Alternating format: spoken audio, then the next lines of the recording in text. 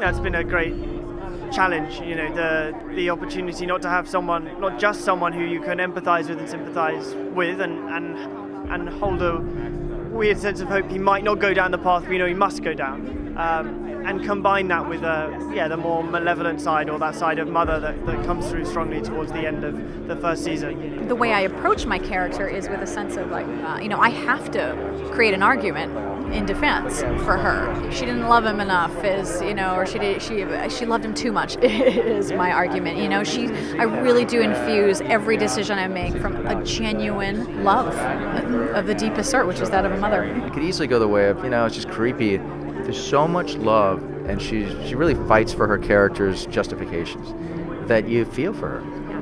If you don't feel for her, we're in trouble. She's the untraditional queen bee, where she's a nice person and she has a heart and she's kind, and she does form a relationship with Norman. When she tells him that it was a mistake, as she says, she just didn't want to hurt him, and I think that she was so upset about her dad that her world was stopped spinning. She realized that she tried to cope with it in the wrong way. Luckily for me, because Dylan is not in Psycho, it gives me a little more flexibility and a little more freedom. Norman? Yeah? Lock and bolt the front door! Welcome to my world, Juno. When they first brought up the idea of doing Psycho from the point of view of teenage Norman Bates, I was just immediately fascinated by the opportunity to create who Norma Bates was. There were some things that were taken as a source of inspiration. There was never an attempt to mimic Anthony Perkins' performance, but hopefully there are some quirks that kind of made it through into this new Norman. We're not trying to remake Psycho, Psycho is like such an icon in the film industry in general. I love Psycho. I watched it when I was 13 with my grandma. I was so freaked out. I was so scared. I still am scared. It's an amazing feeling as an actor to walk on the set and you get it. You just get the vibe. And we're filming in Vancouver, and it rains every day, so that only helps. We have to keep everything battened down until they find that crazy guy. Did you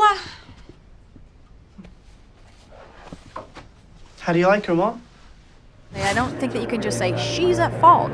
There's also a drunk father in the picture. Dylan is kind of realizing that Norman obviously has much bigger problems than he knew. He feels sympathy and towards him, and he feels kind of obligated to be that older brother and I guess kind of take him under his wing. If you look into the parents of killers, there is a lot of evidence showing that they had unusual relationships with their mom. You know the clues, and if you're looking the other way, then yeah, you are to blame. But We can't move. I won't do it.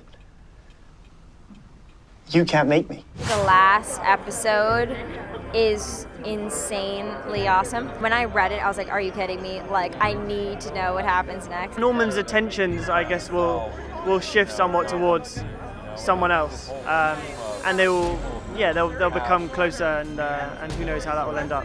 It wouldn't be Bates Motel without more craziness and possibly death.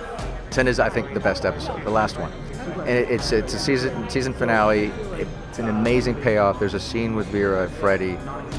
Blow you away. It's extraordinary, and it's a big reveal. No matter where we go, things will always be the same. Because you do things that don't make sense. You're crazy!